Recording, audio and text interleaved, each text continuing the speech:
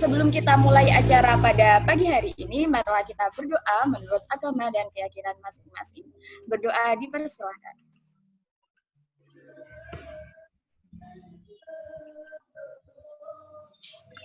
Doa dapat dicukupkan untuk rangkaian acara yang kedua, yakni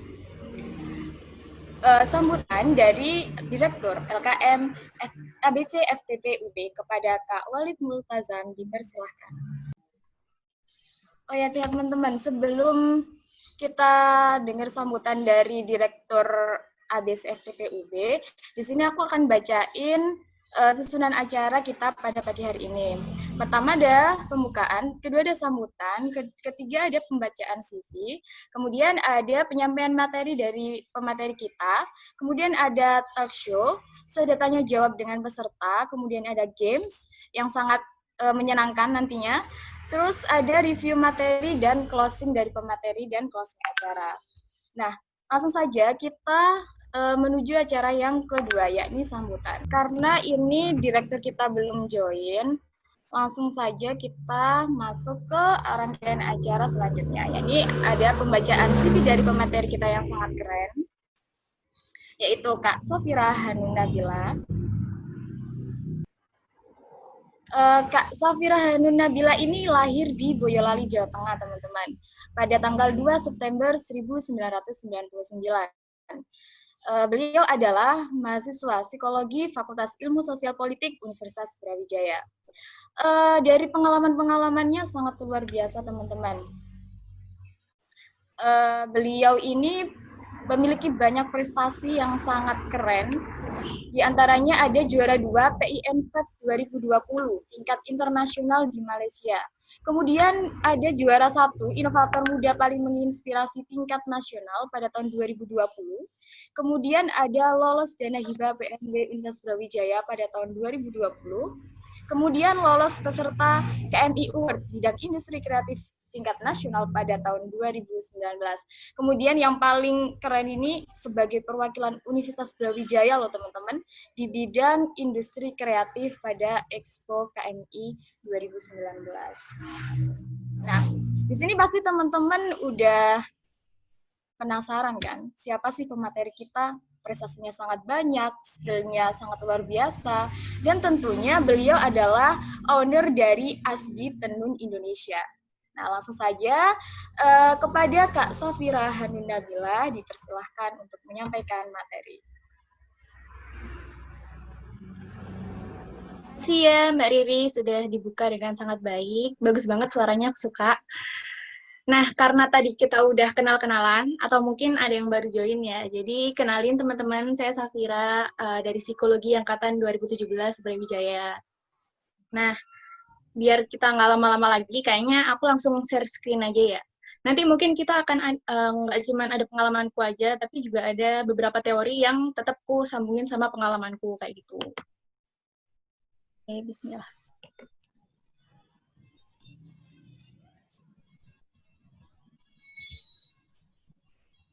Udah masuk ya teman-teman? Ini PPT-nya.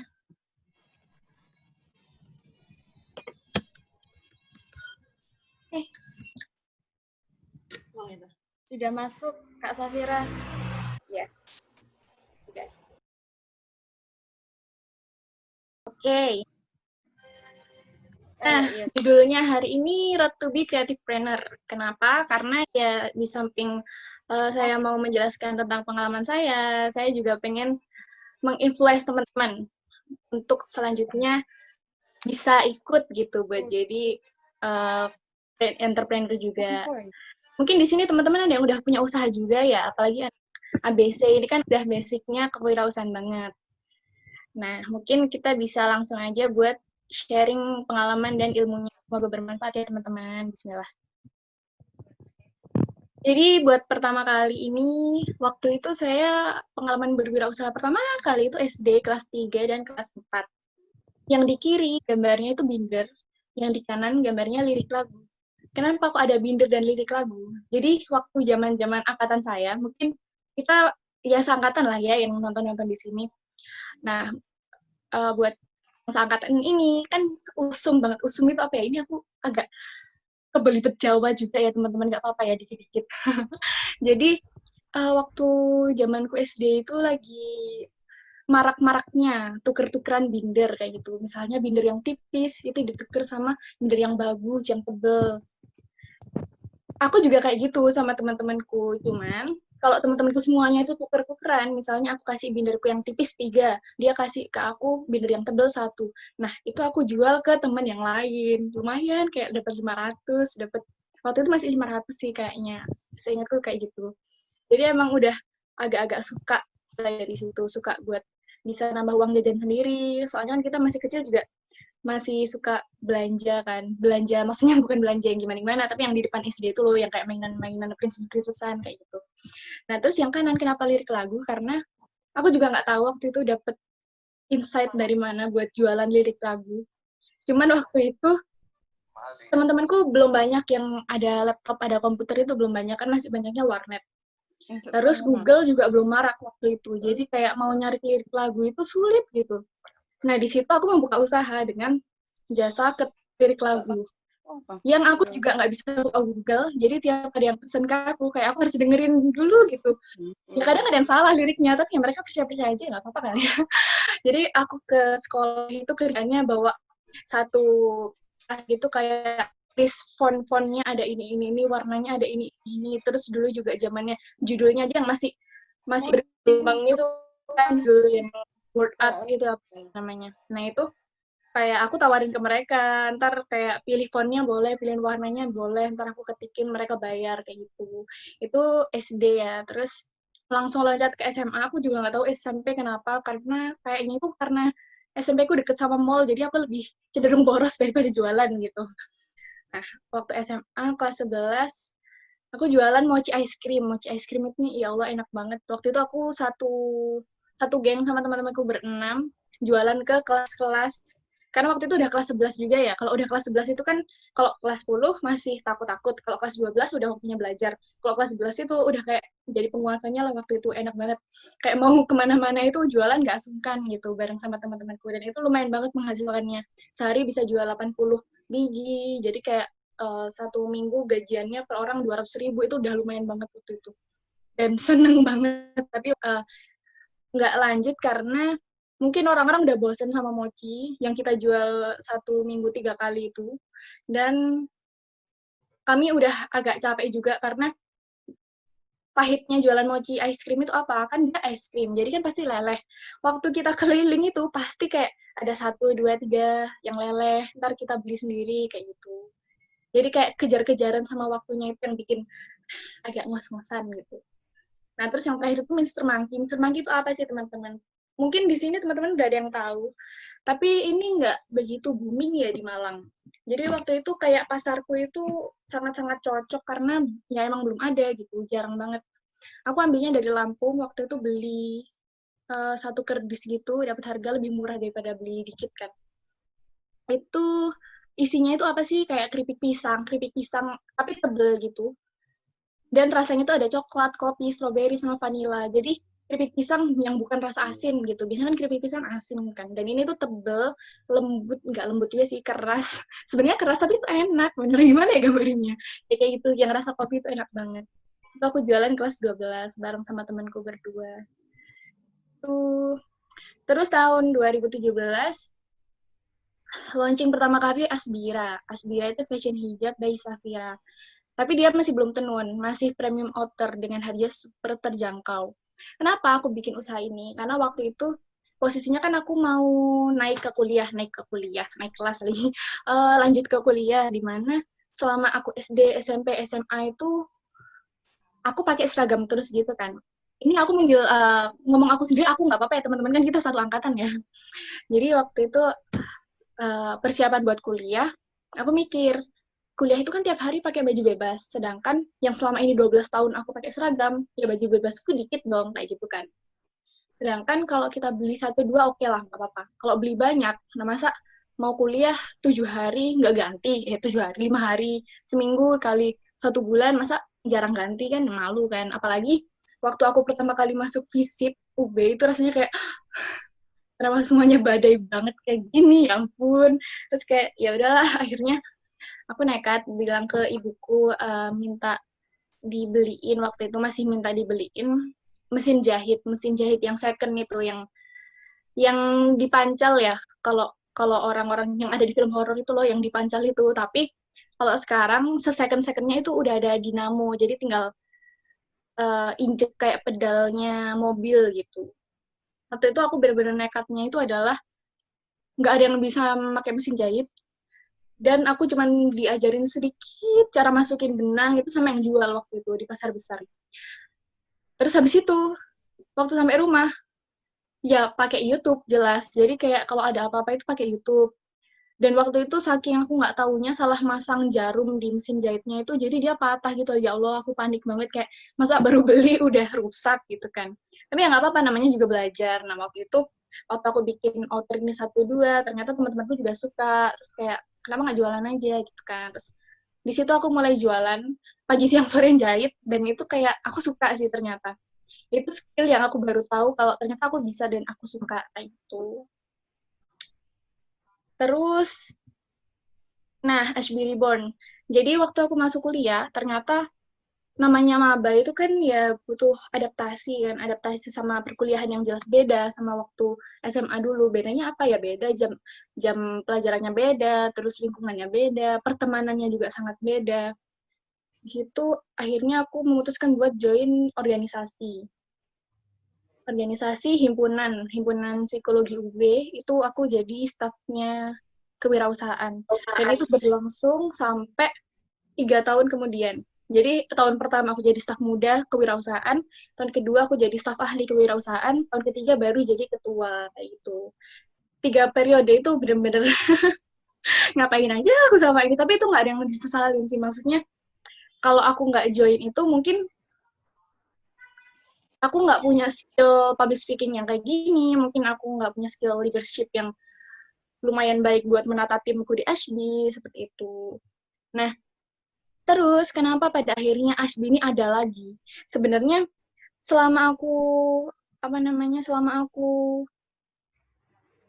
di organisasi pun itu juga ya jualan jelas, soalnya kan kewirausahaan ya, jualan baju, jualan makanan, bahkan buat kebutuhan kayak KRS, itu kan KRS butuh map bening, map coklat, materai, perangko, itu kami juga jualan, dan itu lumayan banget, kayak 1 bulan dapat keuntungan bersih 2 juta.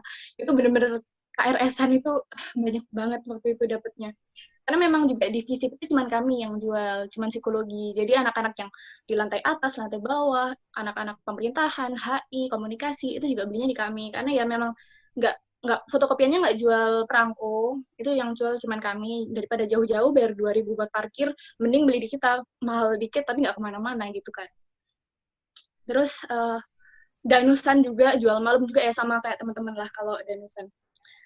Nah di situ waktu aku juga mikir sih buat ngelanjutin si Asbi ini lagi, tapi waktu itu aku juga mikir modal sebenarnya, mikir modal karena yang awal aku pakai mesin jahit itu kan aku dimodalin sama orang tua aku, tapi sebenarnya kayak aku berjanji aku akan mengganti itu suatu hari nanti kayak itu, soalnya sungkan gitu loh, masa udah kuliah masih dibeliin gitu, masih ada rasa sungkan, alhamdulillah. Nah terus habis itu setelah aku jadi ketua tahun lalu bulan Maret April itu mulai tergerak untuk ikut lomba, karena di situ sebenarnya aku tahu ada lomba KBMI ya waktu itu yang pertama kali aku ikut. Sebenarnya aku tahu ada lomba itu, dan aku juga tahu dia ngasih dana, tapi maksudnya aku yang nggak ada basic lomba sama sekali itu udah minder duluan, karena sejujurnya mungkin tadi di prestasiku ada ya, aku keterima beasiswa Paragon. Sebelum aku keterima beasiswa Paragon, jauh-jauh sebelum itu, aku ketolak itu berkali-kali beasiswa. Kayak bahkan kalau misalnya kita ketolaknya 1 2 kali, kan masih ingat ya, masih hafal gitu. Ketolaknya beasiswa ini, beasiswa ini. Nah, ini sampai aku itu udah lupa, aku ikut beasiswa apa aja. Aku cuma ingat beasiswa unggulan sama jarum, itu yang paling ingat, karena menurutku itu yang paling sulit sih waktu itu. Lainnya tuh aku lupa, saking banyaknya ketolak itu sampai mindsetku kalau ikut sesuatu pikirkan kalau kamu akan ketolak, karena kalau kamu ketolak kamu akan biasa aja karena udah siap. Nah kalau kamu keterima itu akan jadi surprise. itu yang terjadi waktu aku KBMI. Aku nggak ngira kalau aku bakal keterima, ternyata keterima juga kan. Padahal waktu itu aku lagi udah nyiapin, aku lagi di luar negeri waktu itu di Malaysia. Aku lagi nyiapin buat ke Pare Kediri 1 bulan. Pokoknya udah ketata semuanya timeline-ku. Tiba-tiba keterima. Gimana ini? Di situ aku baru bingung kan. Terus ya udah akhirnya di sela-sela aku di Pare, aku bolak-balik Malang Kediri karena sempat ikut ibu-ibu PKK RW buat masuk ke pemberdayaannya. Itu ntar habis ini akan aku jelaskan lebih lanjut buat pemberdayaannya. Jadi itu tadi yang membuat Ashbiri Bond berdiri. Kenapa kok akhirnya aku memutuskan buat ikut KBMI? Padahal anak yang mungkin di sini banyak teman-teman yang nggak ada basic skill lomba dan mager banget buat nulis proposal. Sebenarnya formatnya itu biasa aja kalau kita udah sering nulis ya. Tapi kalau baru pertama itu kayak banyak banget. Belum lagi laporan keuangan, belum proyeksi itu apa, belum RAB. Itu udah, aduh, waktu itu yang tak rasain, yang aku rasain. Jadi bener-bener waktu itu aku sendirian, sejujurnya aku sendirian ngerjain si KBMI itu karena niatku itu cuma pinjem nama sama teman-temanku karena aku pengennya ngelanjutin studi aja seperti yang biasanya gitu. Tapi lambat laun ternyata berat juga ya dengan pemberdayaan yang nekat itu. Jadi pemberdayaanku itu ngasih pelatihan menjahit buat ibu-ibu di Kampung Bawang. Kampung Bawang itu kampung deket perumahanku ini sebenarnya, deket sini. Kenapa? Karena ibu-ibunya itu banyak yang butuh pekerjaan dan aku taunya dari Pak Satpam perumahan kalau butuh jasa asisten rumah tangga, kabarin ya Mbak ya, kayak gitu. Ke orang-orang ini. Jadi kayak kami tahu kalau oh berarti ibu-ibunya emang butuh. Dan waktu aku coba ke Bu RW-nya, aku tanya dan emang sama Bu RW-nya dikonfirmasi, bener Mbak, kalau misalnya Mbak mau bikin acara kayak gitu, monggo banget. Soalnya itu bakal nyiptain lapangan pekerjaan kan kayak gitu. Jadi ibunya bener-bener welcome dan akhirnya kami buka di situ. Nah, itu buat yang pemberdayaannya kayak gitu. Ditarik lagi ke belakang, kenapa aku ikut ya tadi. Jadi ini sebenarnya Maret sama April itu bulan-bulan di mana tahun lalu, bulan-bulan di mana aku ngerasa kayak kok aku hampa ya, kayak aku harus ngapain ya, kok aku merasa kayak lagi banyak banget masalah. Sebenarnya masalahnya sepele, tapi kalau datangnya bareng-bareng itu kan ya rada-rada overload ya. Waktu itu aku lagi patah hati dan itu kayak aduh, itu yang memulai semuanya sih kayak patah hati itu karena yang deket sama aku tuh emang orangnya menurutku hebat sih waktu itu. Jadi kayak aku niat pengen memantaskan diri seperti itu. Ditambah waktu itu aku daftar beasiswa yang Jarum itu aku ngisi bagian kepanitiaan, organisasi itu udah lumayan lah. Bagian prestasi kayak itu cuman 4 prestasi dan itu biasa aja. Bahkan tadi di CV ku udah nggak ada. Karena emang sebiasa itu. Sebiasa itu, akhirnya kayak di situ aku mikir, apa ini ya yang bikin aku nggak keterima selama ini di beasiswa. Sampai-sampai itu beasiswa Paragonku itu udah kayak niatku terakhir kali banget ikut beasiswa karena kayak ya udahlah kalau emang nggak keterima berarti emang belum rezekiku di beasiswa, berarti banyak yang lebih membutuhkan daripada aku kayak gitu. Saking aku udah capeknya ya. Nah, terus juga bareng sama waktu aku jadi kadif, itu aku kayak mikir, ini aku kok nggak punya inovasi ya di sini, di divisi yang aku bawa di kabinetku Dharma Cipta namanya. Terus di situ aku mulai kayak, aku harus ngapain ya, apa ya yang bisa aku bawa buat bikin mereka ini bangga punya kadif kayak aku, kayak gitu. Puncaknya, secara tidak sengaja, itu saya dipertemukan oleh Allah ya, oleh Allah pasti, dengan sosok yang menginspirasi saya banget waktu itu nggak sengaja banget saya lagi turun lapangan mata kuliah kewirausahaan di Kampung Muharto. Waktu itu saya ketemu sama sosok ini yang benar-benar bikin saya kayak, wah kok bisa ya orang kayak gini. Waktu saya stalking Instagramnya itu kayak dia ke luar negeri, kemana-mana, ke Malaysia, Taiwan, kemana, dan itu lomba, dan dia menang terus. Itu yang benar-benar puncak banget sih kayak, wah, aku nggak pernah tanya ke masnya ini, nggak pernah berguru juga, tapi aku memantau dan aku kayak mulai mempelajari gimana caranya dia buat jadi seperti itu gitu. Udah puncaknya di situ dan akhirnya aku memutuskan buat ikut KBMI kayak gitu. Dan jalanku ikut KBMI itu sangat nggak mudah sih, itu beda cerita lagi ya, kita lanjut di sini aja. Setelah Asbiri Bon hadir ini terus berkembang alhamdulillah sampai sekarang bulan Agustus kita rilis produk pertama, terus bulan Oktober kita mulai rilis website buat jadi startup ya waktu itu. Dengan IoT based system. Nah, IoT based systemnya di sini di QR code-nya nih. Jadi kita ini kan udah serba mudah apa-apa. Jadi kayak harapannya dengan ada QR code ini akan mempermudah orang-orang beli dan itu membuat mereka jadi seneng gitu belanja di kami kayak gitu dengan menerapkan sistem zero waste. Nah, tadi kan saya membangun Ashby Reborn ini awalnya dari KBMI. Sebetulnya saya banyak menemui teman-teman saya yang kayak habis ikut KBMI, dana hibah pemerintah, itu kelar Monef, kelar usahanya juga. Nah, jujur saya nggak mau seperti itu. Maksudnya, tahun depannya ikut lagi dengan ide yang berbeda, kayak gitu kan. Biasanya juga tim yang berbeda juga. Saya jujur agak berat di situ, karena ini uang negara kan uang rakyat ya. Agak sayang sih. Maksudnya kalau misalnya tahun lalu dan tahun depan uangnya digabungkan bisa buat develop bisnisnya banget kan. Akhirnya aku bilang ke timku kalau kalau kita mau tetap ikut lomba nggak apa-apa, tapi jangan jauh-jauh dari ranahnya si Ashby ini. Tetap pakai tenun, dan kalau bisa sejalan lah sama-sama jahitnya, kayak gitu.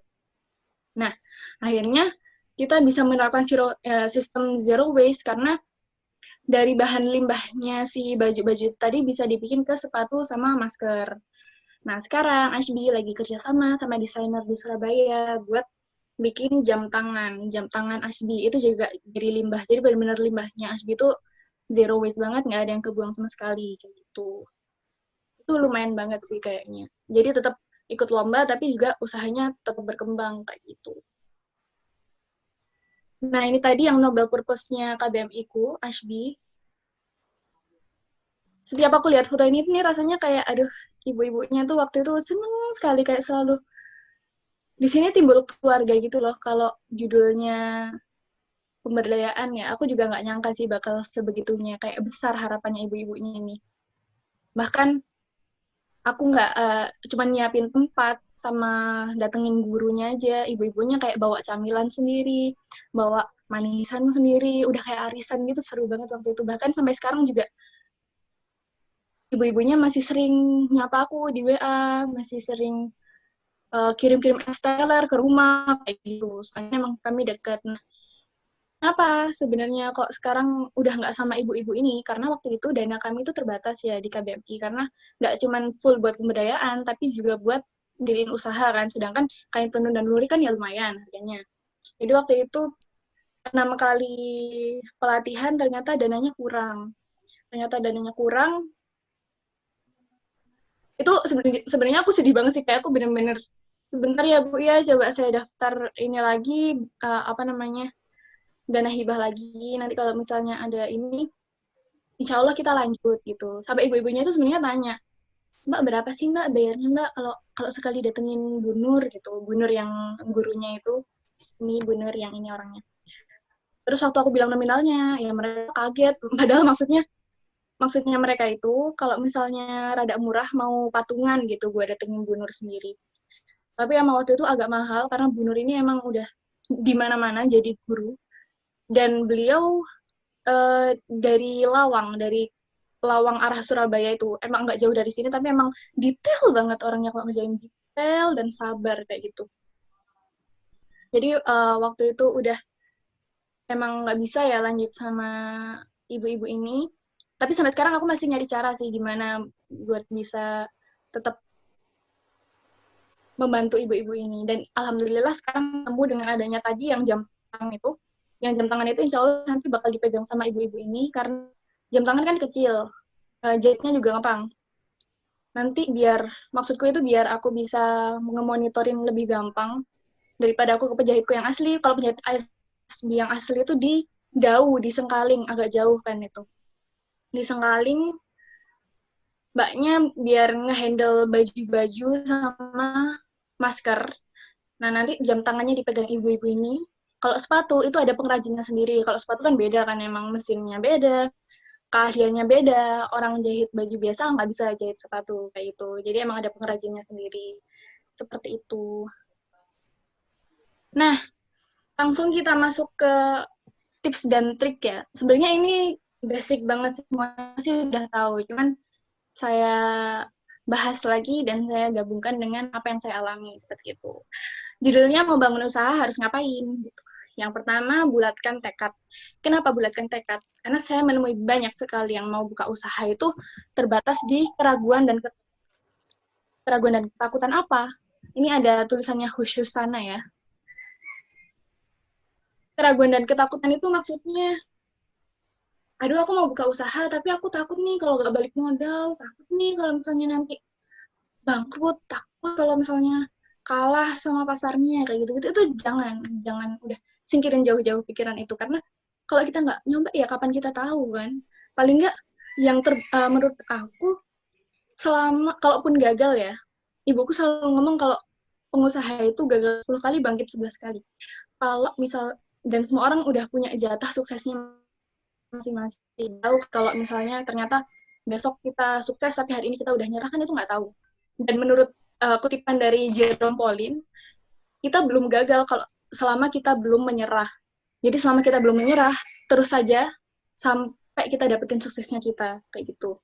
Jangan ragu, karena ya harus tahu dulu, paling nggak kalaupun ntar pada akhirnya kita udah secapek itu, paling nggak kita capeknya itu udah dengan mengoptimalkan usaha kita selama ini, kayak gitu. Nah, yang cari latar belakang dan benar latar belakang usaha dan tujuan mendirikan usaha, kenapa? Karena latar belakang dan tujuan ini kayak fondasi ya, fondasi ke depannya. Kalau misalnya ntar teman-teman ada sesuatu, misalnya jenuh atau gimana, itu bisa balik lagi ke tujuan awal, biar nanti semangat lagi, bangkit lagi, kayak gitu. Latar belakang itu juga mungkin banyak teman-teman yang nggak sadar ya kalau sekarang itu sebenarnya butuh buka usaha, tapi kayak belum ada wangsit gitu ya, belum ada wangsit. Tadi kan saya udah kasih contoh banyak kenapa saya bikin usaha. Yang patah hati itulah paling paling simple di antara semuanya ya. Waktu itu saya mikirnya saya mau jadi keren gitu karena buat memantaskan diri lah. Waktu udah sampai sekarang, udah jadi kayak gini, kayak ya saya kalau udah kayak gini ya nggak mau lah sama dia, orang dia udah nyanyiin saya, jadi kayak dendam paling elegan gitu nggak sih, buat kayak ya sekarang aku udah keren, kenapa saya mau sama kamu gitu kan. Kayak gitu. Itu salah satu contoh yang paling umum lah buat kita rasain di angkatan kita ini gitu. Buat contoh-contoh yang lain ya banyak sebenarnya kalau teman mau ngulik dari teman-teman sendiri, karena motivasi internal itu pasti lebih nyantol kayak gitu. Yang nomor 2, tentukan bidang usaha sesuai skill atau passion. Kalau skill jadinya mudah, kalau passion jadinya istiqomah. Bedanya skill sama passion apa? Skill itu keahlian, passion itu kesukaan. Keahlian di sini yang saya maksud itu di bidang keilmuan ya. Misalnya aku psikologi, passionku menjahit, kan nggak nyambung kayak gitu. Kenapa kok nggak nyambung kayak gitu? Karena waktu itu aku mikir, psikologi apa yang bisa bikin usaha? Palingan kalau nggak bikin platform konsultasi gratis, platform ngubungin ke psikolog kayak gitu-gitu kan. Tapi waktu itu di angkatanku udah ada. Jadi waktu itu akhirnya aku memilih buat melakukan sesuai passionku di dunia fashion itu, yang emang aku udah suka dari dulu kayak gitu, suka madu-madanin baju, suka desain, yang kayak gitu-gitu. Dan menurutku dua-duanya itu sah-sah aja buat dilakuin. Karena kalau itu yang bagian skill tadi nggak terbatas dengan nggak ada ide di bagian situ ya, tapi juga karena orang dengan skill itu belum tentu dia suka. Misalnya temenku itu ada yang masuk psikologi, tapi semakin dia mendalami ilmu itu, semakin dia nyadar kalau dia nggak fit in di situ. Kayak dia udah nentuin nanti S2-nya bakal ambil manajemen aja, kayak gitu. Jadi orang yang ahli itu belum tentu suka, menurutku seperti itu. Nah, kalau dia ahli di bidang itu, ya nggak apa-apa dia bikin usaha. Karena kalau dia udah ahli, berarti dia bakal melakukan itu dengan mudah. Kalau udah ahli, itu akan mudah gitu ngelakuinnya. Karena dia udah jago gitu kan. Dan kalau dia passion, kalau dia suka, dia bakal istiqomah. Kenapa? Karena dia enjoy buat ngelakuin itu, kayak gitu. Menurutku dua-duanya sah-sah aja buat dilakuin, bergantung ke diri masing-masing, kayak gitu. Terus yang ketiga, minta restu orang tua. 5 menit lagi. Oke. Yang ketiga, agak dipercepat aja ya. Yang ketiga, minta restu orang tua itu pasti sih. Sebenarnya aku juga dulu itu minta restu orang tua masih agak ngelobi kalau misalnya aku nggak srek ya. Tapi kalau sekarang ikut lomba, kalau udah dibilang jangan, udah nggak. Karena aku tahu sih kalau pasti kedepannya akan tidak mudah seperti itu. Yang keempat, survei pasar dan survei kebutuhan konsumen.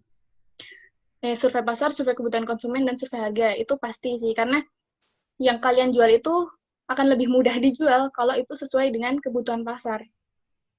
Bukan akan lebih mudah lagi. Sepertinya emang harus begitu ya, karena kalau nggak ada yang butuh ya kenapa beli. Walaupun produk kalian unik dan kalian ingin menggebrak pasar gitu ya dengan produk unik kalian itu akan agak susah untuk yang baru bangun usaha kayak gitu. Nah, terus survei harga juga bisa dari kompetitor, survei kompetitor, dilanjutkan dengan buat konsumen loyal.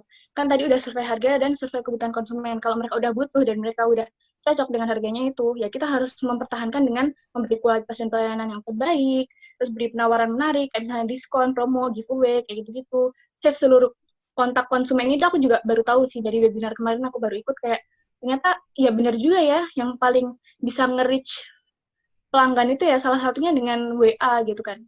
Jadi save aja semuanya buat nanti misal dia sekali ngelihat baru mikir-mikir, kedua ngelihat udah kayak aduh bagus juga ya, ketiga ngelihat udah fix beli, bisa jadi kan kayak gitu. Terus dengarkan kritik dan saran, tanggapi keluhan itu udah pasti banget lah, teman-teman juga udah pasti tahu.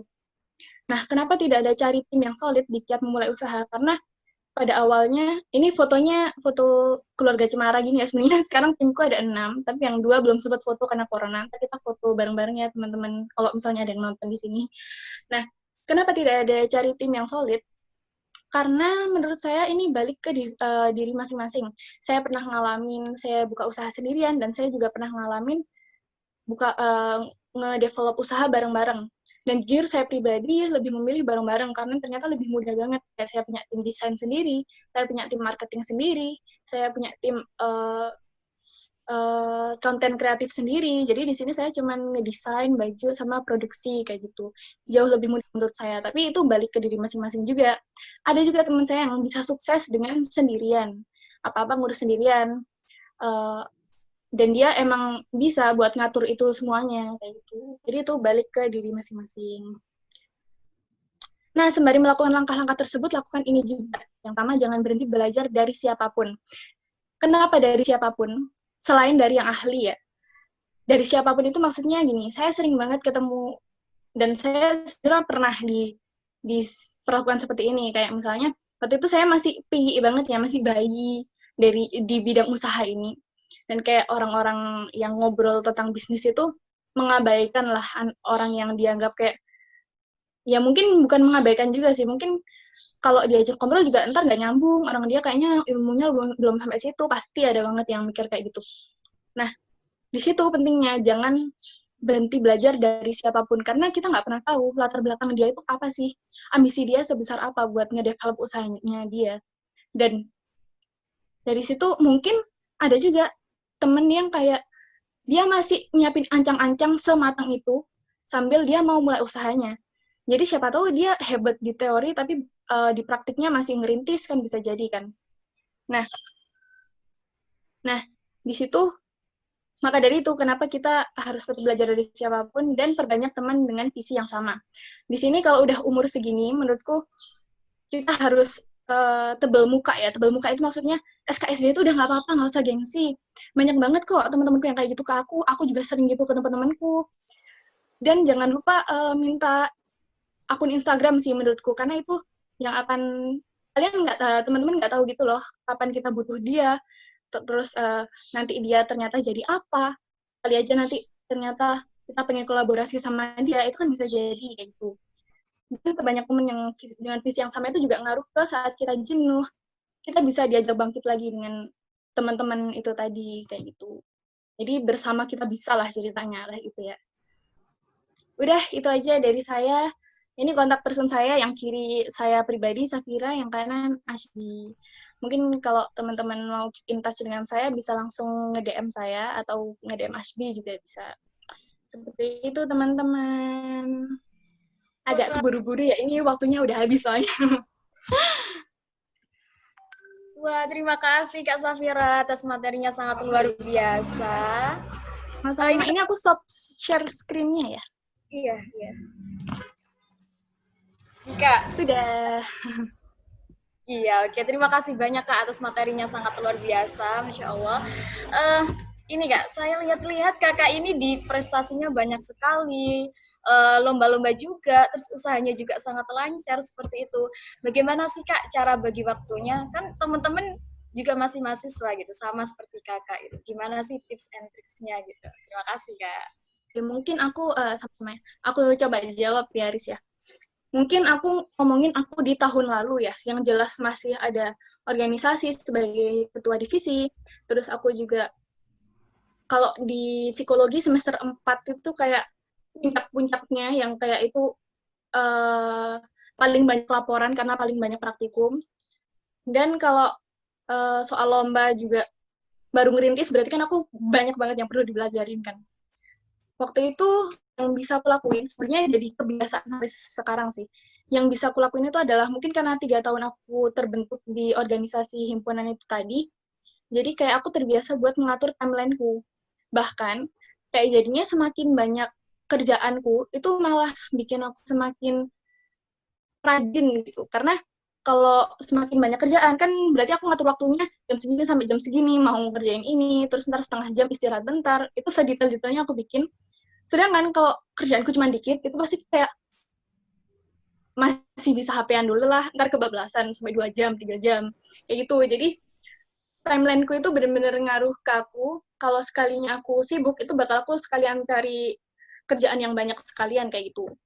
Nah, buat organisasi tetap jalan dan itu nggak bisa kita atur kan. Maksudnya, kalau organisasi kan nyangkutnya ke banyak orang ya. Jadi waktunya yang lebih diprioritaskan jelas di organisasi.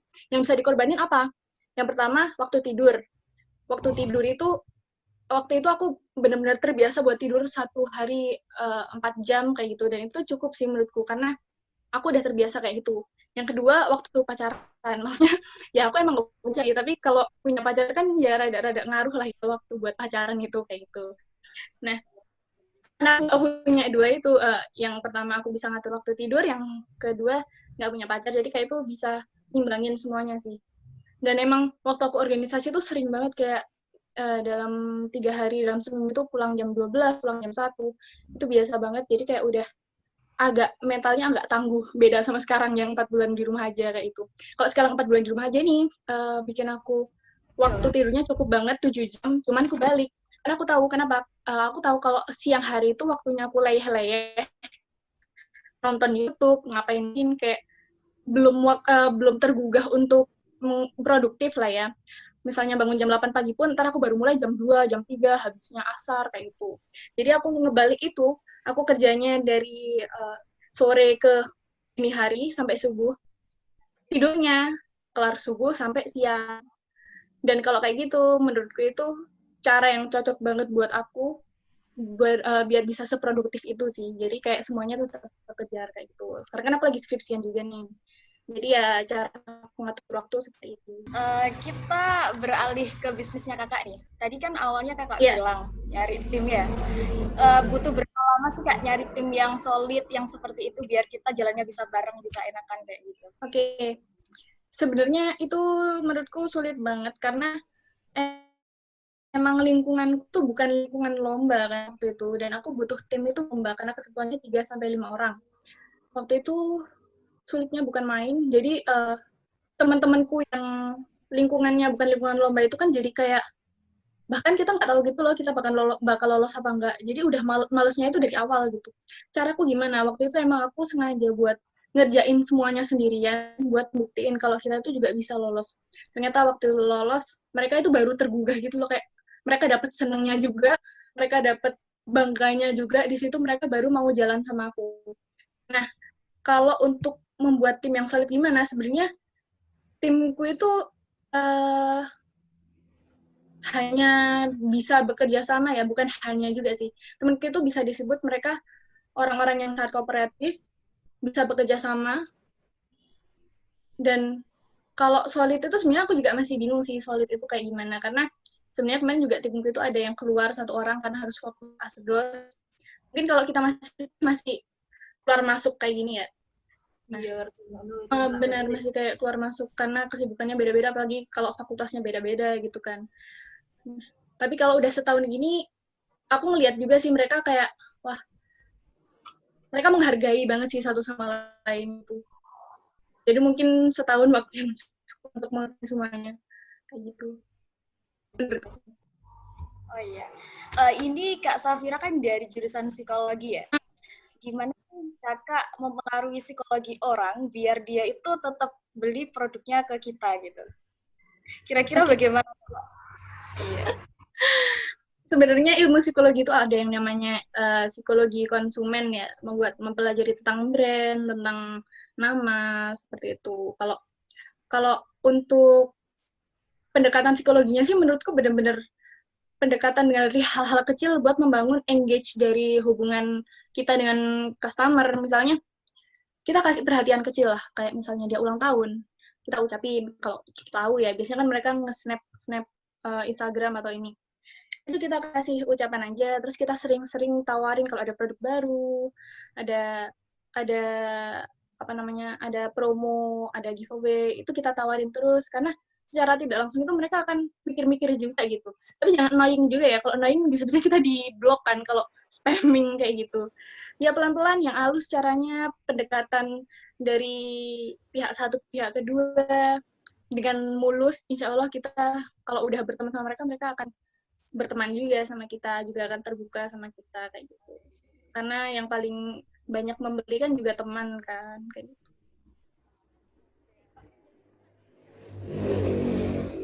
Ya baik Kak. Eh Kenapa sih Kak Kakak itu memilih menjadi sociopreneur gitu kan? Masih ada technopreneur atau apa-apa gitu. Kenapa Kak milih di bidang itu?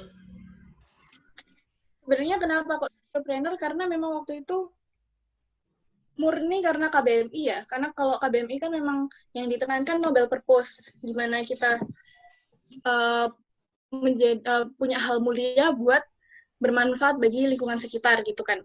Di situ yang awalnya secara tidak langsung memaksa saya buat ke socialpreneur yang ternyata saya suka juga dan udah kecemplung juga suka gitu. Kayak gitu. Oke. Mungkin langsung aja ke sesi pertanyaan dari teman-teman ya. Di sini ada pertanyaan di kolom chat dari Kak Maria Yosefa. Ini mau bertanya, Kak, dapat produk tenunnya dari mana? Gitu. Oh iya, tadi aku lupa cerita ya. Makasih ya Maria. Ini aku langsung jawab apa gimana? Ya, boleh langsung dijawab, Kak. Dapat produk tenunnya dari mana? Kalau tenunnya aku ambil dari Jepara. Kebetulan kami udah punya mitra di sana, jadi ada diskon kayak gitu. Untuk luriknya, kalau lurik itu sangat cepat habis ya di toko-tokonya. Jadi kayak kami beda-beda toko, tapi ya sekitaran Klaten kayak gitu. Jadi setiap kita beli itu agak banyakan sedikit karena ternyata ongkir dari Jepara ke sini tuh lumayan gitu. Kayak gitu. Itu menurut aku juga penting sih kayak menjalin mitra dengan mereka karena kita yang udah tahu akan membangun bisnis dalam jangka panjang, harapannya kan pasti dalam jangka panjang. Itu akan sangat-sangat menguntungkan dengan adanya mitra itu tadi. Jadi kita bisa dapat harga spesial atau dapat bonus atau kayak gimana kayak gitu. Mungkin dari Kak Maria ada tanggapan? Kalau ada yang bertanya, teman-teman bisa nyalakan mikrofon sama kameranya biar kita lebih tahu teman-teman dan bisa didoakan langsung oleh Kak Safira. Ya, benar. Guys, nanya teman-teman. Ya. Gimana Kak Maria? Oh iya, makasih Kak. Iya. Emotnya itu lucu banget sih, BTW. Ada emot kayak gitu ya. Emotnya juga. Mungkin dari teman-teman yang lain ada pertanyaan, silahkan.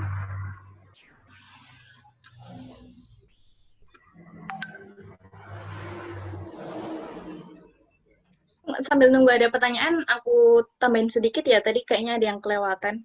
Iya, boleh sekali Kalau Kak. apa, Kak Riz? Oke, oke, oke. Boleh. Jadi begini, yang tadi aku bilang ada poin belajar dari siapapun, kenapa kita harus belajar? Karena saat kita tahu, kita merasa tahu segalanya, ternyata itu adalah titik yang bahaya gitu. Karena kemarin aku juga, karena banyak ini ya, di rumah aja dan banyak webinar, aku ikut beberapa, salah satunya tentang digital marketing. Di situ aku merasa selama ini strategiku tuh ya udah bener-bener aja gitu. Tapi ternyata oleh Richard Putra kemarin yang jadi pematirnya MW itu, dia tanyanya to the point kayak gini, kalian pakai Instagram Ads ya? Nambah nggak yang beli? Kalau nggak nambah, jangan-jangan kalian ngaturnya langsung di Instagram. Terus apa lah iyalah ngaturnya di Instagram, emang di mana gitu kan. Kayak, itu yang selama ini kulakuin, selama nggak cuma setahun ini, tapi dari tahun 2017 yang tadi Ashby masih premium alter itu ya, itu kayak akhirnya dia bilang, sebenarnya yang bener itu kita ngaturnya lewat Facebook, terus nanti dia keluar di Facebook dan keluar di Instagram secara bersamaan, dan itu lebih tepat target kayak gitu. Kalau misalnya di Instagram, ya emang tujuannya lebih ke menjalin hubungan gitu, menjalin hubungan dimana kalau likes nambah itu likes nambah, tapi kalau ada yang beli atau enggak itu belum tahu kayak gitu. Jadi emang ternyata setelah didalemin lagi, setelah kalian tahu tentang seluk-beluknya itu, semakin didalemin, semakin kalian tahu kalau ternyata banyak kesalahan yang ternyata selama ini kalian lakuin dan harus segera diperbaiki kayak gitu. Kebaikan usaha depannya juga seperti itu. Jadi emang terus harus belajar itu pasti banget. Jangan merasa aman sih menurutku. Karena tahu-tahu apa yang orang tahu itu kita belum tahu. Dan itu pasti banyak banget seperti itu. Udah sih, itu aja yang nambahin. Ini ada pertanyaan lagi nih Kak dari Kak Hafiz. Mungkin Kak Hafiz bisa dinyalakan mikrofon sama kameranya, biar Kak Safira tahu nih orangnya langsung siapa nanya gitu. Boleh. Hafiz? Hafiz? Oh iya, mohon maaf ya. Jadi ada kendala mungkin Kak Hafiz ini, jadi saya bacakan aja ya Kak Safira. Assalamualaikum warahmatullahi wabarakatuh, dan saya selalu semuanya. Saya Hafiz ingin bertanya, masukan bagi saya dan mungkin teman-teman semuanya yang belum memiliki ide bisnis. Nah, itu bagaimana ya Kak, mencari ide bisnis seperti yang bisa manajemennya bisnis hingga sukses sampai memberdayakan usaha di sekitar rumahnya Kakak ini. Dan menurut pendapat Kakak sendiri, bisnis itu apa harus menggunakan teknologi di media internet, kayak website, dan media teknologi lainnya, itu kan lumayan sulit gitu Kak bagi pemula. Bagaimana kalau seperti itu Kak, tanggapan dari Kakak? Itu sih Kak, ada 2 pertanyaan sekaligus ternyata ini. Iya, benar. Iya. 2 paragraf ini ya. Oke. Kalau langsung aku jawab ya, Riz ya? Iya, boleh Kak. Oke. Kalau untuk ide, sebenarnya waktu itu aku juga sulit banget ya buat nemuin si Ashby ini. Karena emang buat cerita lagi, awalnya itu saat aku ikut KBMI, aku kekeh banget buat bikin jas hujan fashionable. Karena waktu itu aku pengen beli jas hujan yang fashionable, kayak gamis gitu, tapi itu mahal banget. Mahal bangetnya itu berapa? 300 sekian, hampir 400 lah. Kayak, aduh, buat jas hujan itu kok mahal banget sih, gitu. Terus akhirnya, aku merasa itu perlu, karena aku merasa kayak gitu kan. Tapi setelah aku nyari tempat produksinya, se-Indonesia Raya, penjahit-penjahit itu sampai ke Bandung ya, pusatnya penjahit kan banyak di Bandung. Itu mereka pada bilang gini, Kak, kalau misalnya mau bikin jas hujan dengan desain yang Kakak ajukan, itu susah, karena jahitnya itu bakal banyak, dan bisa-bisa dia bocor, nggak jadi jas hujan, malah jadi bocor, gitu. Terus, ternyata itu mesinnya mesin press, gitu, bukan mesin jahit biasa. Akhirnya aku ngechat ke orang Cina, sok-sokan pakai bahasa Inggris kan, kayak Google Translate waktu itu. Sok-sokan gitu, terus ternyata sama beliau nggak dibales, akhirnya udah deket deadline, baru ganti ide ke tenun itu, kayak ke awalnya sih dress sih, bukan tenun. Awal banget KBMI itu proposalnya tentang dress, fashionable hijab dress. Terus waktu udah keterima, di tengah jalan baru berganti ke tenun kayak gitu. Gimana cara pilih idenya? Menurutku, buat Mas Hafiz ya, menurutku yang penting banget itu yaitu tadi kayak survei pasar. Survei pasarnya itu setelah Mas merenung ya, misalnya merenung, saya sukanya bidang ini atau saya ahlinya bidang ini. Setelah merenung itu balik lagi ke survei pasar. Jadi buat nemunya ide yang kayak gimana, buat tahu kalau dia dibutuhin sama masyarakat, itu tetap harus survei pasar. Mas coba lihat-lihat ke sekeliling. Sekarang ini yang lagi banyak permintaannya tuh apa? Kayak gitu. Misalnya sekarang kan lagi banyaknya masker, makanya Asbing buat masker. Itu lagi banyak banget kemarin yang minta. Idenya dari mana? Menurutku yang paling cocok itu yang paling dibutuhkan sama masyarakat sih. Seperti itu, Mas. Buat pertanyaan yang pertama.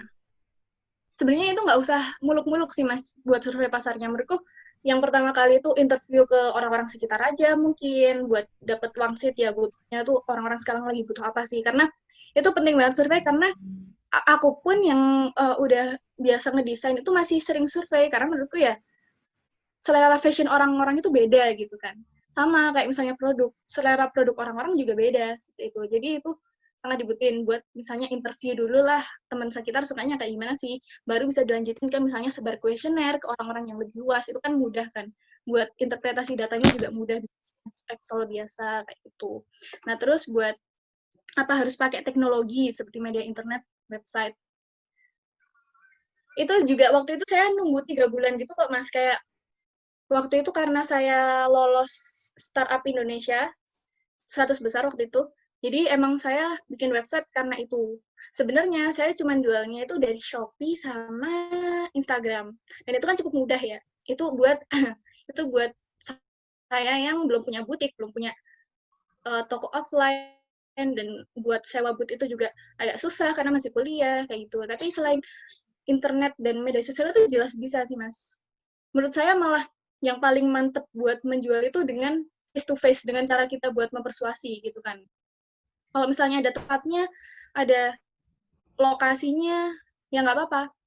Sebenarnya saya juga di sini niatnya itu ke depannya HB itu pengen dititipin ke brand-brand yang udah gede ya. Karena kalau misalnya mau buka toko sendiri, produknya belum banyak, modalnya juga belum cukup jelas. Terus belum ntar biaya operasionalnya dan lain-lain, karyawan dan lain-lain gitu kan. Jadi saya lebih memilih buat kedepannya itu mau nitipin ke kayak Zalora atau ke produk-produk batik kayak gitu. Itu menurut saya lebih bisa masuk akal sih buat sistem bagi hasilnya daripada buka offline yang lain. Atau mungkin juga buka booth. Kemarin ada yang nge-DM saya sharing, terus kayak ngasih saran juga buat sewa booth di Pemda kayak gitu. Karena kalau kayak produk yang ini insya Allah orang-orang pemerintahan itu bakal suka kayak gitu. Gitu. Jadi sampai sekarang juga saya masih belajar, kayak setiap ada yang nge-DM saya tuh masih sangat-sangat welcome, dan saya suka berteman dengan orang baru ya. Saya sangat menerima saran-saran dari orang, bahkan saya berterima kasih sekali seperti itu. Apakah sudah menjawab Mas Hafiz atau ada pertanyaan lanjutan? Mungkin ada feedback dari Kak Hafiz.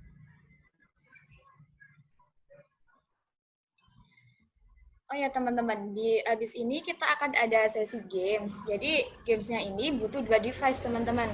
Kalau di HP-nya teman-teman mendukung buat 2 layar, boleh menggunakan HP. Tapi kalau tidak mendukung buat 2 layar, dipersilahkan untuk membuka laptop, menyalakan laptopnya, karena habis sesi ini akan ada games yang tentunya sangat seru dan ada hadiahnya juga.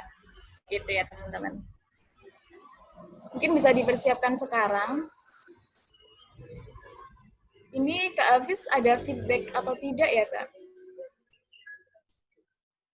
Wah, sudah terjawab Kak. Terima kasih banyak Kak Safira. Tanya, iya ya, lanjut aja. Oke. Kalau gitu kita lanjut ke pertanyaan ketiga. Ada, oh bentar-bentar Kak. Ini ada pertanyaan yang terakhir nih dari Kak Khairul Fatullah. Mau bertanya, Kak, untuk pemasaran produk tenun sulit nggak sih menurut Kakak sendiri? Dan yang menjadi momok bagi pemulai usaha? Sulit nggak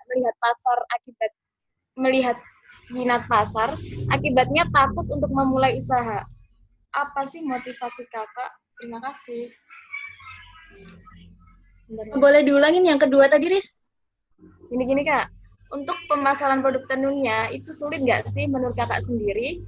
Dan yang menjadi momok bagi pemulai pengusaha, sulit melihat minat pasar akibat takut memulai usaha. Apa yang menjadi motivasi Kakak? Terima kasih, Kak.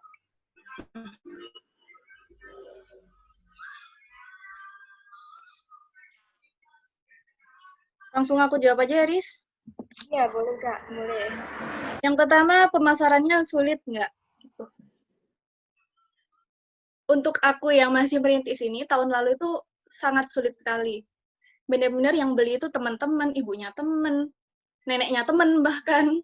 Teman-teman yang mau Natalan, padahal ini judulnya fashion hijab, tapi akhirnya kan juga terbuka buat umum kan, untuk memperluas pasar juga.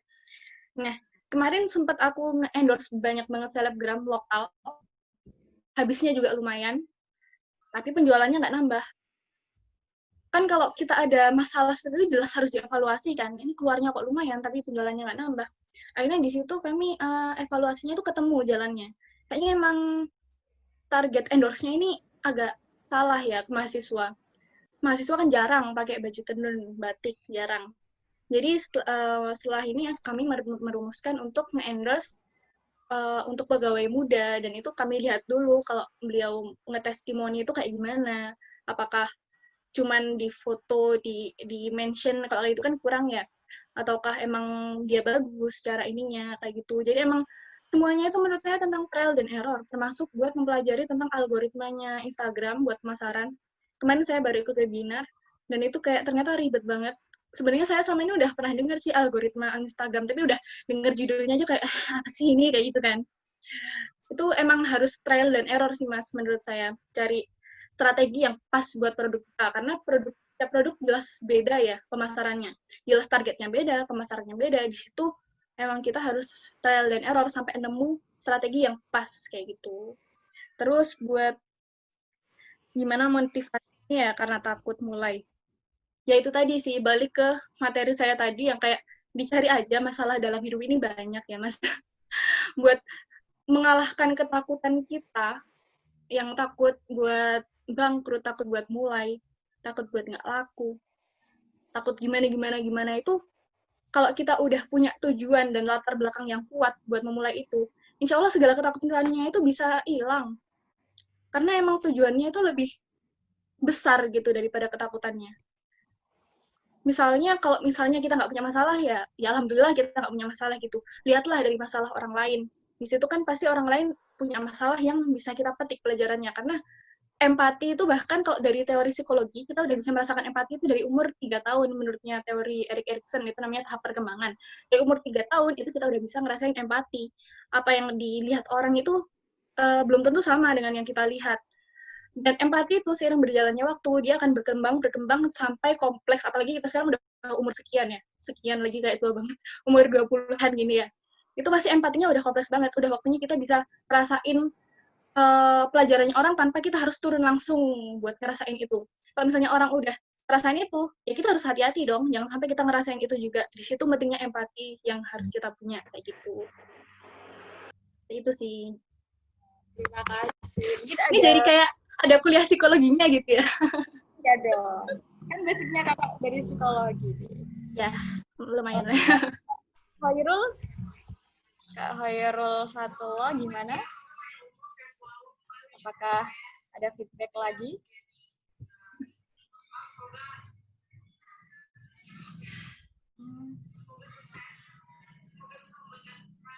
Wah ini Kak ditanya lagi nih. Berapa kali gagal Kak? Berapa kali gagal? Ya Allah, sering banget kalau saya gagal mah. Nggak cuma di lomba, nggak cuma di beasiswa. Nggak cuma dicari kuliah. Waktu itu saya gagal ketolak UGM itu 3 kali ada.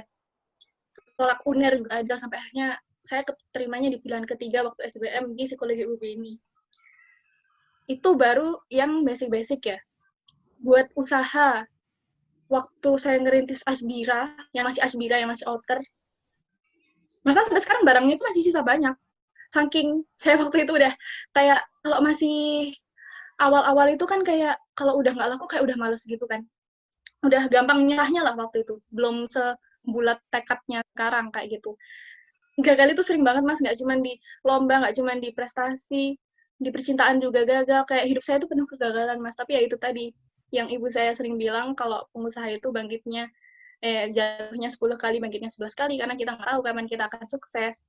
Itu yang bikin saya tetap berusaha sampai sekarang, ditambah latar belakang saya tadi mulai usaha yang memang menurut saya itu sangat-sangat menolong, terutama tadi kan saya udah cerita ya, ada beberapa poin banyak yang termasuk patah hati, terus gagal beasiswa, terus sambil saya jadi kadif dan lain-lain. Itu ternyata itu hanya menjadi segelintir latar belakang yang bikin saya mau bikin usaha. Waktu udah sampai sini, ternyata tujuan utamanya itu bukan itu, tapi buat kita ngebagain orang tua, itu jelas banget. Setiap ibu saya ngelihat prestasi saya, kemarin baru ada yang terakhir itu yang inovator paling menginspirasi, itu ibu saya sampai bilang gini, sambil habis ngefoto gitu ya, kalau ibu-ibu kan sukanya ngefotoin prestasi gitu kan. Ada sertif dateng, karena emang lagi corona, jadi sertifnya dikirim sama medalnya kayak gitu. Itu ibu saya bilang gini, kamu ini anakku beneran bukan sih, kayak gitu. Terusnya kayak, ada udah sih kalau udah soal orang tua itu pasti kayak beda lah. Udah sampai nggak bisa berkata-kata gitu loh, kayak gitu. Kadang kalau ibu saya tidur, saya juga ngeliatin gitu kayak, aku bakal banggain ibu itu udah pasti yang udah kayak gitu aja sih. Ini kok jadi melo gitu. Jadi malu. Udah, Ini itu ada sih. lagi ternyata Kak. Dan Mm-mm. berapa penghasilannya sekarang dari usaha ini Kak? Terima kasih. Oke, sama-sama. Kalau penghasilan, dijawab jujurnya itu, jujur kemarin waktu corona itu sangat-sangat-sangat turun drastis, bahkan nggak ada yang beli. Padahal aku lagi ngeluarin keluaran terbaru, namanya Bratarini Blues. Nggak ada yang beli sama sekali. Sampai aku kayak, kenapa sih orang-orang nggak ada yang beli? Itu aku sedih jujur. Soalnya kayak, ini tuh aku udah ngeluarin, kenapa nggak ada yang beli gitu kan. Akhirnya, rencanaku buat ngeluarin hem cowok itu banyak yang nunggu sebenarnya, tapi aku kayak tahan-tahan sampai mau ngeluarinnya waktu lebaran, biar bisa set set hem dan baju-baju keluarga gitu ya buat lebaran. Itu aku cancel akhirnya karena aku belum tahu ini pasarnya ini menjanjikan apa enggak ya. Karena kalau kita udah bikin produksi itu kan ya produksinya udah pakai modal, photoshoot pakai modal, ngedesain, banyak kerjaan gitulah. Aku waktu itu bener-bener nggak berani ambil resiko karena yang berat ini aja udah nggak ada yang beli sama sekali gitu kan. Sampai akhirnya kami ngegembor-gemborin itu kalau kami menerima order by custom. Order by custom akhirnya di situ mulai naik lagi keluarga-keluarga yang bikin satu keluarga 5 orang kayak gitu tuh ada yang bikin blazer cowok karena dia sering datang ke konferensi full tenun itu juga ada kayak gitu. Mungkin kalau untuk angkanya nggak usah disebut ya, tapi ya kasarannya seperti itu sih. Untuk corona ini kami masih coba menata ulang lagi seperti itu. Iya, baik-baik. Terima kasih banyak, Kak. Mungkin ada pertanyaan lagi dari teman-teman. Ini mungkin Kak Alfian Rizky mau bertanya. Monggo, buat Kak Alfian. Silahkan aja langsung. Oke, selamat siang. Oh, selamat pagi ya, pagi. Oh iya, Pagi. pagi Mas. Iya, kebetulan saya ini dari Widya Agama. Muridnya Bu Wiwin. Iya, betul, betul. Ada Ya, banyak gimana Mas? sebenarnya, cuman nggak mau keluar. Oh ya, ini ada ibu ini Mas. Gimana Mas? Boleh langsung. Oke, saya sebenarnya ada yang setuju sih ya. Ini kayaknya konsep bisnisnya ini socio entrepreneur ya. Bagus sekali. Ini perlu digalakkan untuk Indonesia seperti ini. Iya, benar-benar. Nah, terus ini sebenarnya ada kuncinya itu apa sih ya? Buat tanya itu. Apa kunci untuk menyadarkan atau menyatukan pandangan antara mahasiswa sama subjek pemberdayaan sendiri seperti masyarakat itu. Harus ada satu Biar pandangan ya. satu visi gitu ya. Ya, Oke. itu kayak gimana sih caranya menyatukan pandangan antara mahasiswa sama masyarakat pada umumnya kayak gitu. Terima kasih. Oke. Makasih ya Mas pertanyaannya dari Widya Gama ini. Jadi gimana cara nyamain lingkungan? Kalau di psikologi itu kami tahu namanya need assessment. Need assessment itu dilakukan sebelum turun lapangan buat penelitian. Tujuannya buat apa? Untuk uji kebutuhan. Waktu itu saya memperlakukan itu buat pemberdayaan saya dengan cara ya saya melakukan pemberdayaan sesuai target, sesuai yang mereka butuhkan. Itu jadi secara nggak langsung mereka akan sangat menerima dan bahkan sangat matanya itu berbinar-binar gitu loh Mas saat bertemu dengan kami kayak gitu. Jadi memang karena mereka butuh, jadi mereka kooperatif seperti itu. Beda halnya kalau misalnya kita mengada-adakan isu. Kayak misalnya demi ikut lomba ini kita bilang kalau di kampung ini tuh ada masalah ini, padahal mereka baik-baik aja, itu mereka pasti susah. Ya karena mereka nggak butuh. Butuh kok, ngapain saya harus ikut kayak gitu. Beda halnya dengan kalau memang mereka butuh, seperti yang saya bilang tadi. Dan itu kalau sudah butuh, biasanya juga susah buat akrab ya. Maka dari itu, kenapa waktu itu saya sampai ikut ke PKK RW di tengah-tengah saya lagi di Pare, jadi saya bolak-balik Pare Malang. Itu ya buat menjalin menjalin hubungan lah sama ibu-ibunya itu, kayak gitu. Bener-bener waktu itu saya ikut PKK itu bingung ya, kayak udah kecil sendiri, bertiga sama satu tim saya, bertiga, terus habis itu ada ternyata Mars PKK, itu saya awkward banget sama teman-teman, kayak kayak lirik-lirikan doang gitu loh, apa kayak Mars PKK juga kami nggak tahu kan, tapi ya itu perlunya buat berani sih, perlunya buat nekat di situ, karena kalau nggak gitu ya kita kapan bisa nyobanya gitu kan. Itu pas sudah gimana Mas? Mungkin ada feedback dari Kak Alfian. Oh iya, berarti itu ya, tur langsung ke PKK gitu ya? Benar. Oke. Siap-siap. Ya. Awalnya itu memang saya lewat Bu RW ya, karena ya saya nggak tahu lagi gitu mau lewat apa. Tapi saat ditawari, Mbak langsung ikut ke PKK aja, biar tahu langsung ibu-ibunya kayak gimana. Dan waktu itu emang saya ikut langsung itu karena memang saya pengen ngenalin secara langsung kalau saya itu nggak bohong gitu loh. Kalau acara ini tuh benar-benar bakal ada dan ibu-ibunya cuma butuh daftar, butuh datang, dan itu semuanya udah dikasih fasilitas. Kayak sedetail-detailnya benang jahit, segala-galanya kayak sedetail-detail kertas, pensil, penghapus, itu semuanya kami sediakan. Termasuk mesin jahit, waktu itu kami beli mesin jahit 3, mesin obras 1, mesin kancing itu juga 1. Jadi semuanya itu benar-benar saya yakinkan ke ibu-ibu itu. Takutnya kalau misalnya saya nggak datang langsung, itu agak ada beda persepsi dari info yang dikasih sama Ibu RW, sama yang persepsi saya itu tadi. Takutnya ada miskomunikasi di situ. Cuman setelah itu, setelah saya ikut PKK, lebihnya saya kembalikan ke Ibu RW karena saya cuma batasin 10 orang yang boleh ikut waktu itu dengan keterbatasan biaya ya waktu itu. Dengan 10 orang itu, saya minta tolong ke Bu RW, tolong carikan nama-nama yang benar-benar butuh dan memang komitmen. Karena kasihan kalau ada yang nggak komitmen tengah jalan selesai, sedangkan yang lain itu ada yang butuh juga, kayak gitu kan. Dan pasti yang tahu soal keadaannya kan ya Bu RW, yang bisa memvalidasi soal itu, kayak gitu. Kalau saya cuma tahu dari nama kan ya nggak tahu kan, kalau ibunya itu benar-benar butuh atau enggak, seperti itu. Bagaimana Kak? Ini kayak nge-rap apa enggak sih Mbak? Aku ngomongnya cepet banget nggak? Enggak Kak Safira. Bagus Oh iya ya, oke. Sangat bermanfaat buat kita semuanya. Jadi buat teman-teman yang bertanya, terima kasih banyak. Semoga ilmunya bermanfaat bagi kita semuanya. Selanjutnya ada games nih teman-teman. Udah disiapin belum? Laptopnya atau HP-nya nih? Buat teman-teman bisa langsung buka Google-nya ya. Gimana teman-teman? Buka Kahoot buat panitianya. Nah ini, teman-teman bisa klik di Google-nya www.kahoot.it. Di situ ada fitur masukkan PIN-nya, teman-teman masukkan PIN-nya ya.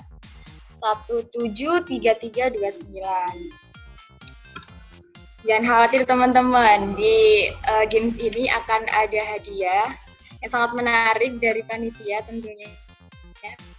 Panitia sudah menyiapkan dengan sangat luar biasa ini.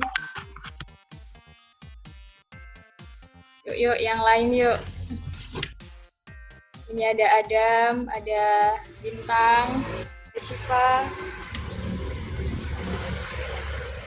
Blackpink, ada siapa lagi? Sunshine, pandan hijau-hijau itu ya. Dan hijau-hijau. Ya. Ya teman-teman yang lain nih, anak ABC, waduh, anak ABC.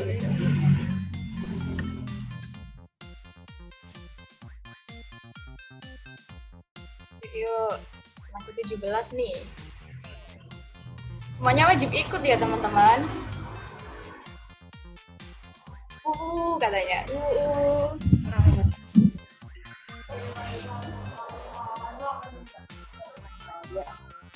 Orang baik, iya.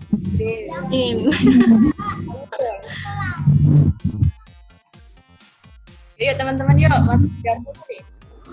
Namanya 85.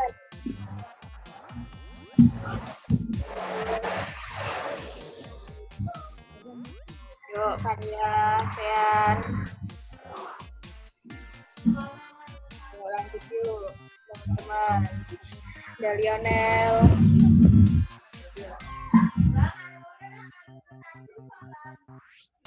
Oh ya teman-teman, dari games ini kita akan ambil 2 pemenang dari juara 2. Dan siap-siap bagi kalian yang udah menang nanti akan mendapatkan rewardnya. Dan tentunya sangat menarik, ya kan tadi dia. Yuk, lanjut yuk, masih 37 nih. Mawar, mati. Ada ibu ada ibu Natal.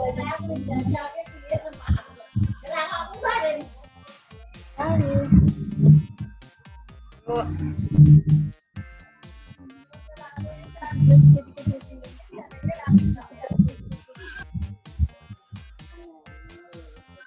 Ya teman-teman. Ada Barbie, ada doa ibu. Doa ibu sangat menyertai kita. Yuk, ada Febrian. Di sini saya mau ngasih info, nanti ada 3 pemenang ya teman-teman. Nah, juara 3-nya akan dapat ucapan dari panitia, ucapan selamat aja. Jadi akan diambil juara 1 sama juara 2 aja. Buat yang juara 3 akan dikasih ucapan selamat dari panitia dengan satunya.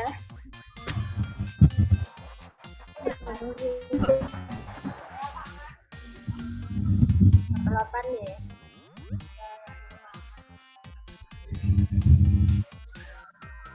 Namanya tepung ketangke kan.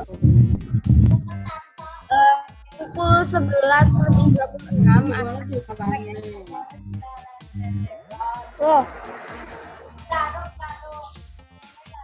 ada waktu 2 menit. Yuk teman-teman yuk. Wih, 48 nih.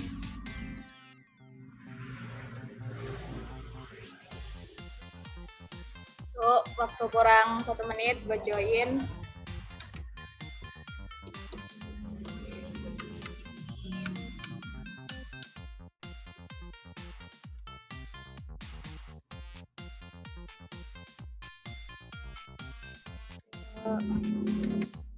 Nah, 1 menit. Join yuk teman-teman.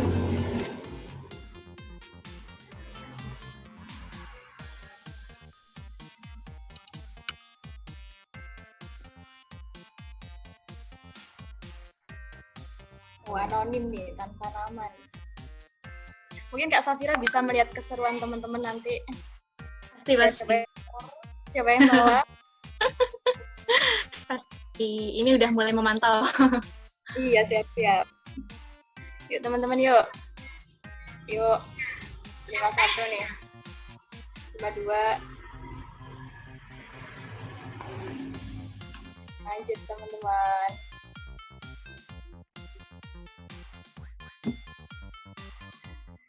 Oke banget ya. Siap banget. Oke. Lanjut. Lucu ya namanya. Iya nih Kak. Mereka kan sedang berbahagia ini. Minggu ceria ini Kak. Benar. Iya. Ya teman-teman.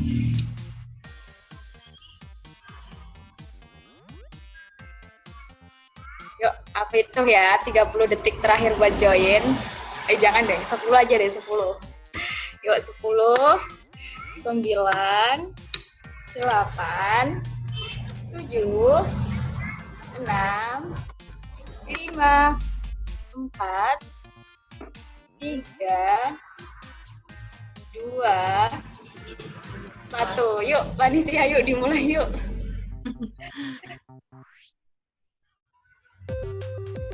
Ready guys? Dapat bersihkan.